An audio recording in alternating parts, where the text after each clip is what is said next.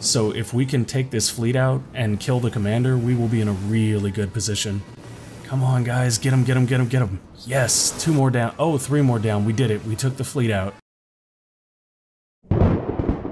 Are you good? If not, let's get good. It's Wednesday night, and that means I'm playing Endless Space Vaulters.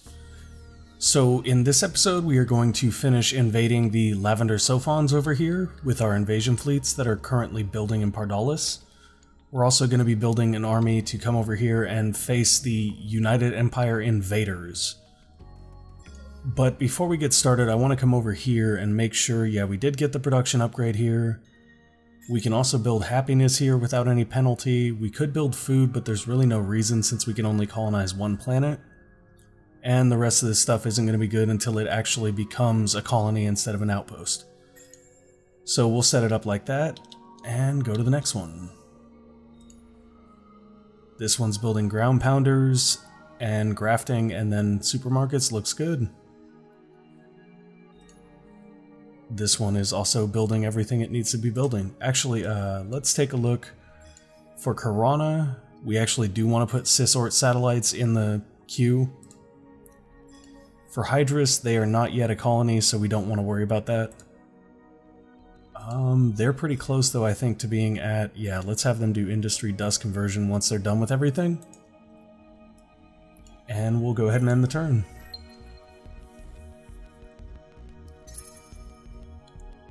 Our invasion is going just fine, and once Bracia builds this Vaulter Aperture, we'll be able to move our invasion fleet over here really quickly. As it stands right now, we've got 3 invasion ships. In 2 turns we will have another one. And Bracia will be done with the Vaulter's Apertures much later than that, so we may start moving them ahead of time. The only thing that concerns me about moving them ahead of time is it means we'll have to open up that system, which could allow this UE guy to go deeper. And I don't really want him getting in here where he can cause trouble. Unless we will have 2 cheap throw ships next turn. So maybe what we'll do, yeah, we will have 2 cheap throw ships. As soon as the ground pounder comes out, we can send them down to kill this guy, and then we'll open the blockade and get our ground pounders moving. And there's an enemy fleet here, so let's kill them. That's, yeah, we're just gonna slaughter this guy, so I'm gonna go ahead and flat out auto it. Really no point in playing a fight like that. Yeah, he's dead. Alright, ending the turn. 3 turns from taking over Rookbot. And I believe they've colonized 1 planet. They've only colonized 1, but we can colonize the other 2, and they're actually really good planets. This would be a really nice system for us once we capture it. Okay, so now we have a couple of cheap throw ships. We're going to make them into a fleet and send them down here. And then we will select them and take out the invaders. Die, UE invader, die. This is a pretty fair fight. Well, not really. We're gonna crush him. Yeah, there we go. Oh, he retreated. Except I don't think it let him because we were blockading, which is funny. Okay, so we're gonna create a ground pounder fleet. And then we are gonna come over here to that specific fleet and begin moving them towards Bracia and Rookbot and Mira. It's going to take them another 2 turns to get there, I think. That's perfectly fine. And actually, we're going to come down here now and start building damage control and Cloud Rippers. These are defensive upgrades. We don't need them in all of our systems, but we do need them in our border systems, which will be this one and this one once we manage to get rid of the Lavender Sophons here.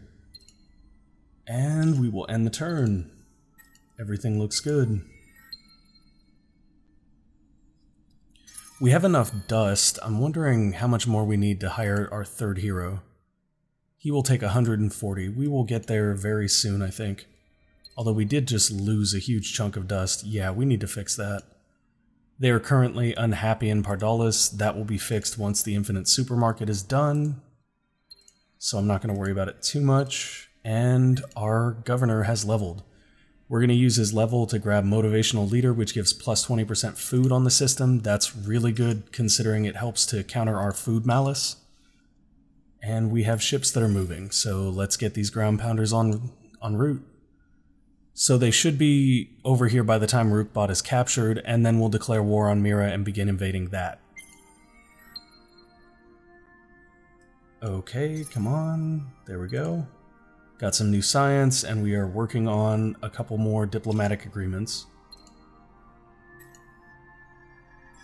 Okay, so we have 2 more cheap thrill ships here. I'm going to pull them out into a fleet, and then go ahead and grab them, and that is our probe. Why is our... I hate when this happens. Okay, so our probe is going to the wrong place now, but our ground pounders are a turn behind because of that. Fortunately, they should make it to Rookbot next turn anyway.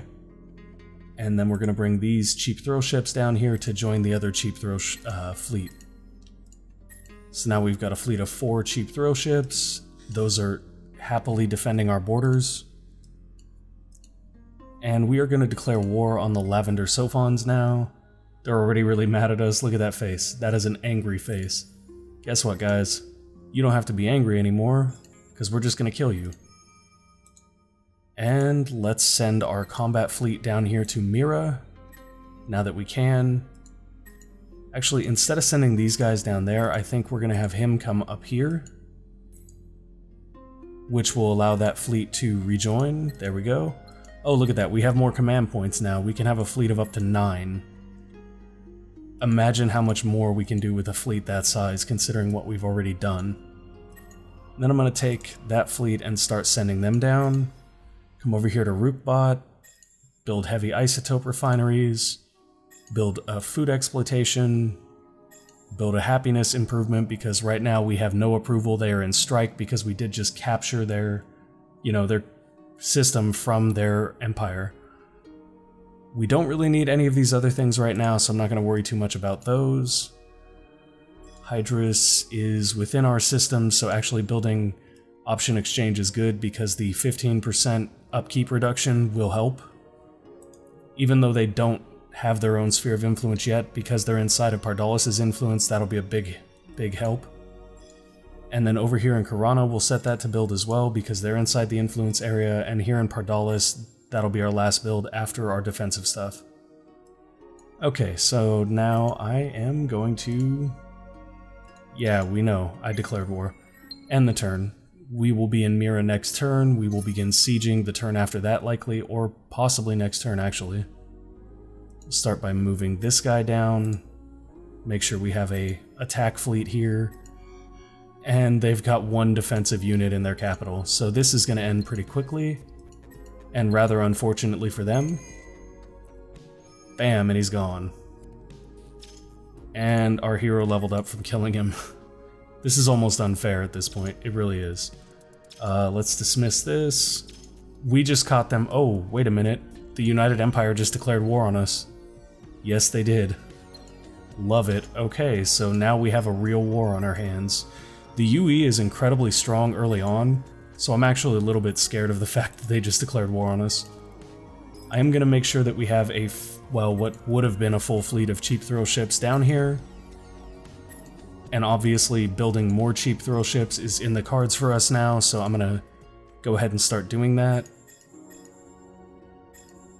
4 more ships should make that a complete fleet. Where are we on research? We've got quite a bit of research left ahead of us, that's fine. I am going to go ahead and add this though, and I'm adding that because I want our battleship. I believe this is a battleship. Look at that, minus 25% weapon module tonnage is amazing. It means we can turn this into like a super gunboat. And we will once we get there. Now we're sending the ground pounders down to Mira. Awesome, they made it this turn. We can begin the invasion efforts. So in exactly 8 turns, we will have defeated the Lavender Sophons, provided that we do not have to abandon this assault because the UE comes after us. Okay, so I'll end the turn. I have a feeling the UE is going to be sending some fleets in rather soon. I don't know what is going on with that. That is a really weird graphical glitch. It's like the shadows are turned off. I wonder if something got messed up in the settings. I'll have to... Oh, look at that. We're being sieged. I'm going to take a look in the settings real quick just to see if something got messed up. No, it should be All good. Okay. Yeah, I don't know what to say. Weird graphic glitch. Alright, so we have UE fleets invading. What do they look like? Oh, wow. Wow, they brought in 8 ships, and one of the fleets is being led by a commander. That's gonna be a rough fight. And we're already in it. Okay, so we're actually gonna watch this one, because this is gonna be a pretty solid fight. I'm gonna go with my typical setup of just barriers, and we're gonna go to guillotine so that we kill the first third of their formation, and then we'll manual this, and we will take a look at the fight. I'm gonna do what I usually do and turn off the UI so that we get this more cinematic effect. Look at that, you can see the bug on the planets there too. Interesting. I'll have to play with the settings after this episode is over and see if I can figure out what's going on, because it looks like the shadows aren't diffusing. Okay, here we go. Phase 1, fire away. They're using long-range projectiles, or maybe not long-range projectiles. We are using long-range lasers though. So hopefully we will tear them up pretty good. Yeah, awesome. We already took out 2 ships, and this is their fleet that has a commander, I believe. So if we can take this fleet out and kill the commander, we will be in a really good position. Come on, guys. Get him, get him, get him, get him. Yes, 2 more down. Oh, 3 more down. We did it. We took the fleet out. So that means we killed their commander, I'm pretty sure. Unless that wasn't the commander fleet, but I think the fleet that didn't have the commander only had 4 ships in it. So we'll see. Did we do it? Yeah, we killed their commander like a boss. And they've got 1 fleet left that we're gonna tear up. Ooh, and you can see the damage on our guys from that fight. That is the risk with these types of ships. Please don't lose a ship. Yes, we killed them. Okay. So we have officially defended the first UE invasion, so screw them. And we are building more ships to help defend future invasions. And in all honesty, we killed one of their commanders, so they're probably pretty hurt right now. All that looks good. Let me double check Hydrus. Anything else worth building? Don't think so. Yeah, they're pretty good. And we still have 7 turns to invade over here. Hopefully these guys will heal up relatively quickly. Oh my god, look at that. We have 619 dust. I forgot that we got the dust harvester ability with this guy. That is huge. Okay, so we're gonna come in and hire our last hero. Oh, that sucks. He's corporate and adventurer. He's not really a great combat hero, but he could be a great combat hero, or we could build him out as a great corporate hero. Technically, I think it's more important to get a corporate hero, but I really want another combat hero. Whatever, we'll just hire him to start with, and I think we will assign him to the fleet that's at Pardalis right now, which is Delta Fleet, and then we'll go ahead and take his first levels.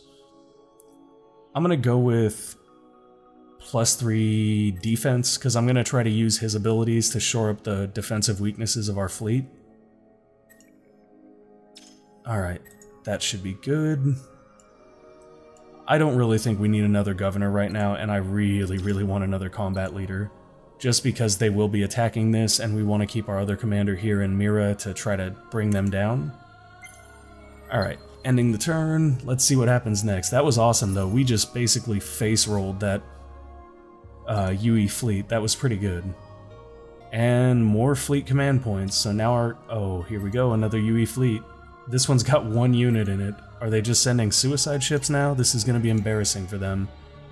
Okay, let's barrier, barrier, and barrier. I really need to get the one that lets you heal ships. I can't remember what it's called, though.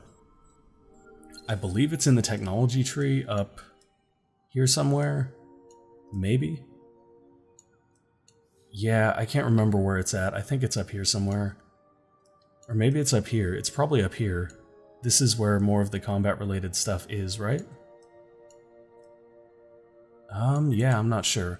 I know there's one that heals, I just can't remember where it is, because it's been a long time since I've actually sat down and played this game. Basically, since Endless Legend came out, I haven't played this.